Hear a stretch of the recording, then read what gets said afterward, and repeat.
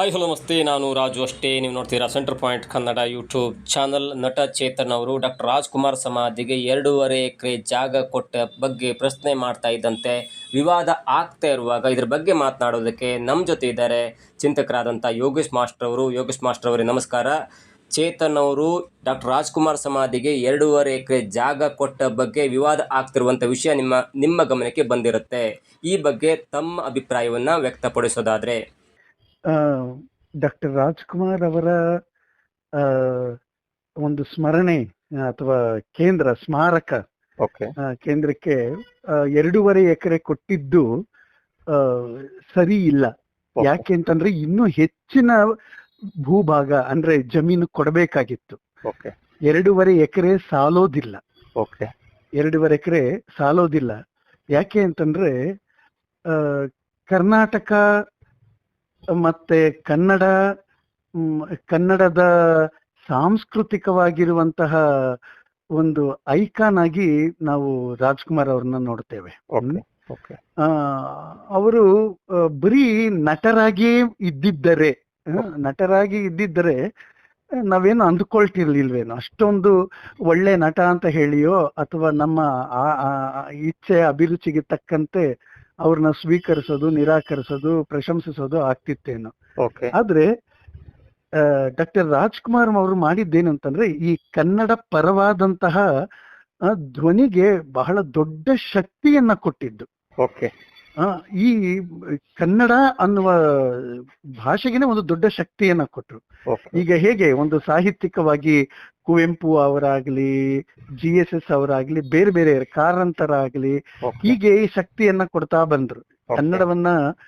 ಕನ್ನಡದ ಅಸ್ಮಿತೆಯನ್ನ, ಕನ್ನಡದ ಗಟ್ಟಿತನವನ್ನ, ಕನ್ನಡದ ಆಳ ಅಗಲ ಎತ್ತರ ಇವುಗಳನ್ನೆಲ್ಲ ಪ್ರಪಂಚಕ್ಕೆ ಮತ್ತೆ ದೇಶದ ಇತರರಿಗೆ ಕಾಣಿಸ್ಲಿಕ್ಕೆ ಒಂದು ಎತ್ತರವಾದಂತಹ ಸ್ಥಾನಮಾನ ಹೆಂಗೆ ಕೊಡ್ಲಿಕ್ಕೆ ಸಾಧ್ಯವಾಯಿತು, ಅದೇ ರೀತಿಯಲ್ಲಿ ಇವರು ಚಲನಚಿತ್ರ ರಂಗದಿಂದ ಒಬ್ರು ಕಲಾವಿದರಾಗಿ ಅದೇ ಮಟ್ಟಕ್ಕೆ ಮಾಡ್ತಾ ಹೋದ್ರು. ಹಾಗಾಗಿ ರಾಜ್ಕುಮಾರ್ ಅನ್ನುವುದು ಬರಿಯ ಒಂದು ವ್ಯಕ್ತಿ ಅಲ್ಲ, ಕಲಾವಿದನಾಗಿರುವಂತಹ ವ್ಯಕ್ತಿ ಅಲ್ಲ, ಬದಲಿಗೆ ಅದೊಂದು ಕನ್ನಡದ ಶಕ್ತಿಯ ಭಾಗ ಅಂತ ನನ್ನ ಸ್ಪಷ್ಟ ಅಭಿಪ್ರಾಯ.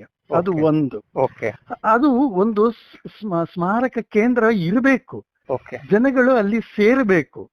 ಬರೀ ಸ್ಮಾರಕ ಅಂತಂದ್ರೆ ಬರೀ ಅಲ್ಲಿ ಹೋಗೋದು, ಸಮಾಧಿಯನ್ನ ಸಂದರ್ಶಿಸಿಕೊಂಡು ಬರೋದು ಅಷ್ಟು ಮಾತ್ರ ಅಲ್ಲ. ಅದು ಒಂದು ಇನ್ನೂ ಚಟುವಟಿಕೆಗಳ ಕೇಂದ್ರ ಆಗಬೇಕು. ಅಲ್ಲಿ ವಿಚಾರ ಸಂಕಿರಣಗಳಾಗಬೇಕು, ಅಲ್ಲಿ ಪರ್ಫಾರ್ಮೆನ್ಸ್ಗಳಾಗಬೇಕು, ಹೀಗೆ ಹಲವು ರೀತಿಯ ಚಟುವಟಿಕೆಗಳು ಅಲ್ಲಿ ನಡಿಬೇಕು. ರಾಜ್ಕುಮಾರ್ ಅವರ ಅದನ್ನ ಪುಣ್ಯ ಭೂಮಿ ಅಂತಾರೋ ಅಥವಾ ಸ್ಮಾರಕ ಕೇಂದ್ರ ಅಂತ ಹೇಳ್ತಾರೋ ಏನಾದ್ರೂ ಹೇಳ್ಕೊಳ್ಳಿ, ಇಂಥ ಶಕ್ತಿಯ ಸ್ಥಳದಲ್ಲಿ, ಕನ್ನಡದ ಶಕ್ತಿಯ ಸ್ಥಳದಲ್ಲಿ ಈ ತರದ್ದು ಇನ್ನೂ ಹೆಚ್ಚಿನ ಕಾರ್ಯಕ್ರಮಗಳಾಗ್ಬೇಕು. ಈ ದೃಷ್ಟಿಯಲ್ಲಿ ನನಗೆ ಅಸಮಾಧಾನ ಇದೆ. ಬರೀ ಹೋಗಿ ನಮ್ಮ ಅಭಿಮಾನವನ್ನ ತೋರಿಸ್ಕೊಳ್ಳೋದು, ಭಕ್ತಿಯನ್ನ ತೋರಿಸ್ಕೊಂಡು ಒಂದು ವ್ಯಕ್ತಿ ಪೂಜೆಯಾಗಿ ಮಾಡುವುದಲ್ಲ. ಅದು ಅಧ್ಯಯನ ಕೇಂದ್ರ ಆಗಬೇಕು, ಅದೊಂದು ಅಧ್ಯಯನ ಕೇಂದ್ರ ಆಗಬೇಕು, ಒಂದು ಸಾಂಸ್ಕೃತಿಕ ಚಟುವಟಿಕೆಗಳ ಕೇಂದ್ರ ಆಗಬೇಕು. ರಾಜ್ಕುಮಾರ್ ಅವರ ಕಾಣಿಕೆ ಅಷ್ಟರ ಮಟ್ಟಿಗೆ ತುಂಬಾ ದೊಡ್ಡದು. ಈಗ ಪೌರಾಣಿಕ ಆಯಾಮಗಳಿಂದ, ಸಾಮಾಜಿಕ ಆಯಾಮಗಳಿಂದ, ಅಧ್ಯಾತ್ಮದ ವ್ಯಕ್ತಿಗಳ ಆಯಾಮದಿಂದ, ಎಲ್ಲಾ ರೀತಿಯ ಆಯಾಮಗಳಿಂದ ರಾಜ್ಕುಮಾರ್ ಅವರು ನಮ್ಮ ಕನ್ನಡದ ಜನತೆಗೆ ತತ್ವಗಳನ್ನ, ಕಥೆಗಳನ್ನ ಕನ್ನಡದ ಮೂಲಕ ಕೊಟ್ರಲ್ಲ, ಅದನ್ನ ಯಾರು ಮಾಡಿಲ್ಲ. ಅದು ಎಲ್ಲರಲ್ಲಿಯೂ ಇತಿಮಿತಿಗಳಿದೆ. ಇವರ ವಿಸ್ತಾರ ತುಂಬಾ ದೊಡ್ಡದಿದೆ, ಇವರ ಕೊಡುಗೆಯ ವಿಸ್ತಾರ ಬಹಳ ದೊಡ್ಡದಿದೆ. ಹಾಗಾಗಿ 2.5 ಎಕರೆ ಅನ್ನುವ ಶಬ್ದ ನನಗೆ ಇವತ್ತೇ ಗೊತ್ತಾಗಿದ್ದು. ನನಗೆ ಅಸಮಾಧಾನ ಇದೆ, 2.5 ಎಕರೆಯ ಬಗ್ಗೆ ಅಸಮಾಧಾನ ಇದೆ. ಇನ್ನು ಹೆಚ್ಚಿನ ಭಾಗ ಬೇಕಿತ್ತು, ಹೆಚ್ಚಿನ ಚಟುವಟಿಕೆಗಳು ನಡೆಯಬೇಕು, ಅದೊಂದು ಕನ್ನಡದ ಶಕ್ತಿ ಸ್ಥಳವಾಗಬೇಕು ಅಂತ ಅನ್ನೋದು ನನ್ನ ಸ್ವಂತ ಅಭಿಪ್ರಾಯ. ಬಟ್ ಚೇತನ್ ಅವರು ಯಾವ ರೂಪದಲ್ಲಿ ಹೇಳಿರಬಹುದು ಅಂತ ತಮ್ಮ ಒಂದು ಅನಿಸಿಕೆ? ಚೇತನ್ ಗೊತ್ತಿಲ್ಲ. ಚೇತನ್ ಅವರು ಕೆಲವು ಸಲ ಏನಾಗ್ತದೆ ಅಂತಂದ್ರೆ ಎಲ್ಲಾ ಆಯಾಮಗಳಿಂದ ಒಬ್ಬ ವ್ಯಕ್ತಿಗೆ ವಿಷಯಗಳನ್ನ ಗ್ರಹಿಸ್ಲಿಕ್ಕೆ ಕಷ್ಟವಾಗುತ್ತೆ. ನಾನು ಚೇತನನ್ನ ದೂಷಿಸ್ತಾ ಇಲ್ಲ, ಓಕೆ ಓಕೆ ಆದ್ರೆ ಅವರ ಆಲೋಚನೆಗೆ ಮತ್ತು ಅವರ ಇದು ಚಿಂತನ ಕ್ರಮದಲ್ಲಿ ಇತಿಮಿತಿಗಳಿವೆ ಅಂತ ಅನ್ನೋದನ್ನ ಹೇಳ್ತೇನೆ. ಓಕೆ ಚೇತನ್ನ ಉದ್ದೇಶ ಯಾರನ್ನೋ ಇನ್ಸಲ್ಟ್ ಮಾಡುವುದೋ ಅಥವಾ ಅವಹೇಳನ ಮಾಡುವುದೋ ಆ ತರದ್ದಲ್ಲ. ಆ ತರದ್ದಲ್ಲ. ಚೇತನ್ ಏನೇ ಹೇಳಿದ್ರು ಅಲ್ಲಿ ಕಳಕಳಿ ಇದೆ, ಜನರ ಬಗ್ಗೆ ಕಳಕಳಿ ಇದೆ, ಆದಿವಾಸಿಗಳ ಬಗ್ಗೆ ಕೆಲಸ ಮಾಡ್ತಿರುವಂತವರು, ತಳ ಸಮುದಾಯಗಳ ಬಗ್ಗೆ ಅವರು ಅಕ್ಕರೆ ಉಳ್ಳವರು, ಅವರುಗಳಿಗೆಲ್ಲ ಶಕ್ತಿಯನ್ನ ನೀಡ್ಲಿಕ್ಕೆ ಏನೇನೆಲ್ಲ ಮಾಡಬಹುದು ಅಂತ ಯೋಜನೆಗಳನ್ನೆಲ್ಲ ಮಾಡುವವರು. ಇವೆಲ್ಲ ಮಾಡುವ ವ್ಯಕ್ತಿಗೆ ಒಂದು ರೀತಿಯಲ್ಲಿ ಒಂದು ಲೂಸ್ ಟಾಕ್ ಅಂತ ಏನ್ ಹೇಳ್ತೀವಲ್ಲ, ಆ ತರ ಮಾಡುವ ಉದ್ದೇಶ ಏನೂ ಇರಲ್ಲ. ಆದ್ರೆ ಅವರ ಗ್ರಹಿಕೆಯ ವಿಷಯದಲ್ಲಿ ಮತ್ತೆ ಅವರ ಧೋರಣೆಯ ವಿಷಯದಲ್ಲಿ ಇತಿಮಿತಿಗಳಿವೆ ಅಂತ. ಖಂಡಿತವಾಗಿಯೂ ನಾನು ಚೇತನ್ಗೆ ಹೇಳೋದೇನಂತಂದ್ರೆ, ಅವರ ಆಶಯದ ಬಗ್ಗೆ, ಉದ್ದೇಶದ ಬಗ್ಗೆ ನನ್ನ ಸಮಸ್ಯೆ ಇಲ್ಲ. ಆದ್ರೆ ಅವರು ಇನ್ನಷ್ಟು ತಮ್ಮ ಚಿಂತನಾ ಕ್ರಮಗಳನ್ನ ಮತ್ತೆ ನೋಡುವ ಬಗೆಯನ್ನ, ಗ್ರಹಿಸುವ ರೀತಿಯನ್ನ ವಿಸ್ತರಿಸ್ಕೊಳ್ಬೇಕು ಮತ್ತು ಆಳಕ್ಕೆ ಹೋಗಬೇಕು, ಅದಾಗಬೇಕು. ಇದು ಒಂದು. ಇನ್ನ ಅದಕ್ಕೆ ರಿಯಾಕ್ಷನ್ ಕೊಟ್ರಲ್ಲ ಸಾರಾ ಗೋವಿಂದ್, ಅದು ತುಂಬಾ ಅತ್ಯಂತ ಕೆಟ್ಟದಾಗಿರೋಂಥದ್ದು, ತುಂಬಾ ಕೆಟ್ಟದಾಗಿರೋಂಥದ್ದು. ಅದನ್ನ ತೀವ್ರತರವಾಗಿ ಖಂಡಿಸ್ತೀನಿ.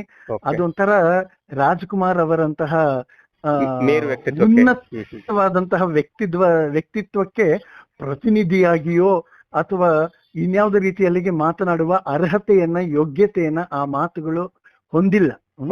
ಅದು ಆ ರೀತಿ ಅಲ್ಲ. ರಾಜ್ಕುಮಾರ್ ಅವರ ವ್ಯಕ್ತಿತ್ವ ಮತ್ತು ಅವರ ಕಾಣ್ಕೆ ಕನ್ನಡದ ಭಾಷೆಯ ವಿಷಯದಲ್ಲಿ ಅವರು ಕಲಾವಿದರಾಗಿ ಮಾತ್ರ ಇರಲಿಲ್ಲ, ಅದು ಅಷ್ಟೇ ಅಲ್ಲ, ಅದು ಇಡೀ ಭಾರತದ ಎಲ್ಲಾ ರಾಜ್ಯದ ನಟ ನಟಿಯರು, ದೊಡ್ಡ ದೊಡ್ಡ ಐಕಾನ್ಗಳು ಕನ್ನಡವನ್ನ ನೋಡೋದಕ್ಕೆ, ಕನ್ನಡದ ಕಡೆಗೆ ತಿರುಗಲಿಕ್ಕೆ ಅವರು ಒಂದು ಅಯಸ್ಕಾಂತವಾಗಿದ್ರು, ಒಂದು ಆಕರ್ಷಣೆಯ ಶಕ್ತಿಯೂ ಕೂಡ ಆಗಿದ್ರು. ಹಾಗಾಗಿ ನಾವು ರಾಜ್ಕುಮಾರ್ ಅವ್ರನ್ನ 2.5 ಎಕರೆ ಎಂದಿಗೂ ಸಾಲಲ್ಲ, ಅದು ನನ್ನ ಸ್ಪಷ್ಟ ಅಭಿಪ್ರಾಯ. ಆಮೇಲೆ ಈಗಿರುವ ಮಟ್ಟ ಇದೆಯಲ್ವಾ, ಈಗ ಬರೀ ಒಂದು ನಮ್ಮ ಆರಾಧನೆಯ ಕೇಂದ್ರವೋ ಅಥವಾ ನಮ್ಮ ಅಭಿಮಾನದ ಪ್ರದರ್ಶನದ ಕೇಂದ್ರವೋ ಅಷ್ಟಾಗದು ಕೂಡ ನನಗೆ ಸಮಾಧಾನ ಇಲ್ಲ. ಅದೊಂದು ದೊಡ್ಡ ಸಾಂಸ್ಕೃತಿಕ ಕೇಂದ್ರ ಆಗಬೇಕು. ಯಾಕೆಂದ್ರೆ ಕನ್ನಡದ ಅಸ್ಮಿತೆಯ ಒಂದು ದೊಡ್ಡ ಶಕ್ತಿ ಅವರು, ಧ್ವನಿ, ದೊಡ್ಡ ಧ್ವನಿ ಅವರು. ಹಾಗಾಗಿ ಅವ್ರಿಗೆ ಅವಾಗ ಏನು ರಾಜಕೀಯಕ್ಕೆ ಹೋಗ್ಲಿಕ್ಕೆ ಅವಕಾಶ ಇತ್ತು, ಮತ್ತೆ ಬೇರೆ ಬೇರೆ ಭಾಷೆಗಳಲ್ಲಿ ಮಾಡ್ಲಿಕ್ಕೆ ಅವಕಾಶ ಇತ್ತು. ಈ ತರದೆಲ್ಲ ಇದ್ರೂ ಕೂಡ ಅವರು ಕನ್ನಡಕ್ಕೆ ಮಾತ್ರನೇ ಅಂಟಿಕೊಂಡ್ರು, ಕನ್ನಡದಲ್ಲಿ ಮಾತ್ರನೇ ಇದ್ರು. ಅವರ ಎಲ್ಲಾ ಪ್ರಯೋಗಗಳು ಕೂಡ ಕನ್ನಡದಲ್ಲೇನೆ ಆದವು. ಆಮೇಲೆ ಅವರಷ್ಟು ವರ್ಸಟೈಲ್ ನಟ ನಮ್ಮಲ್ಲಿ ಇಲ್ಲ.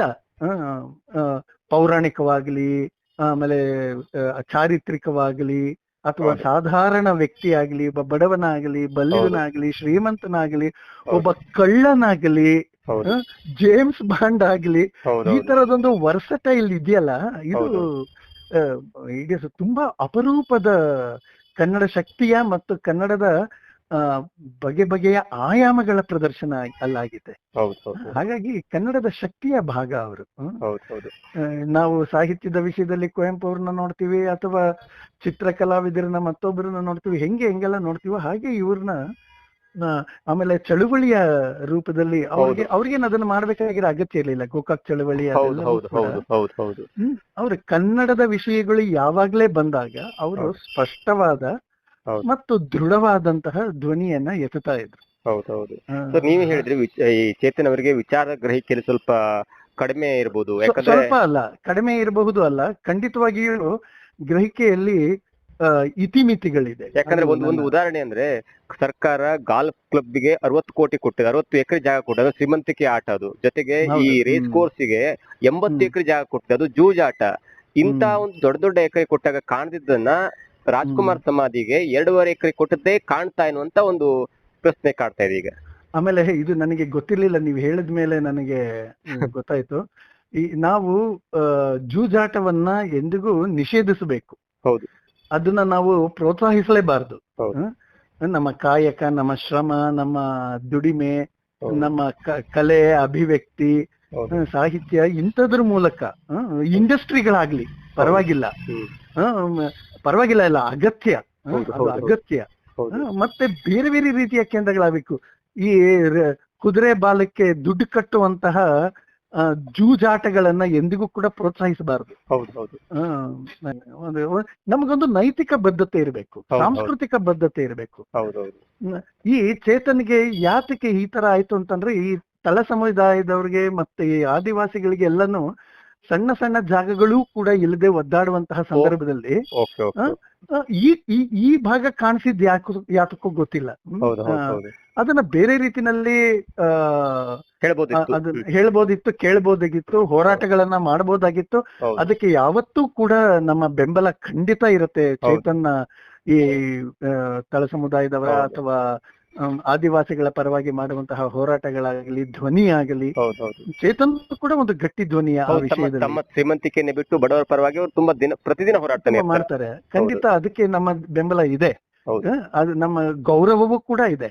ಆದ್ರೆ ಇವರು ಇತಿಮಿತಿಗಳನ್ನ, ತಮ್ಮ ಇತಿಮಿತಿಗಳನ್ನ ಗಮನಿಸ್ಕೊಳ್ಳದೆ ಚಿಂತನಾ ಕ್ರಮದ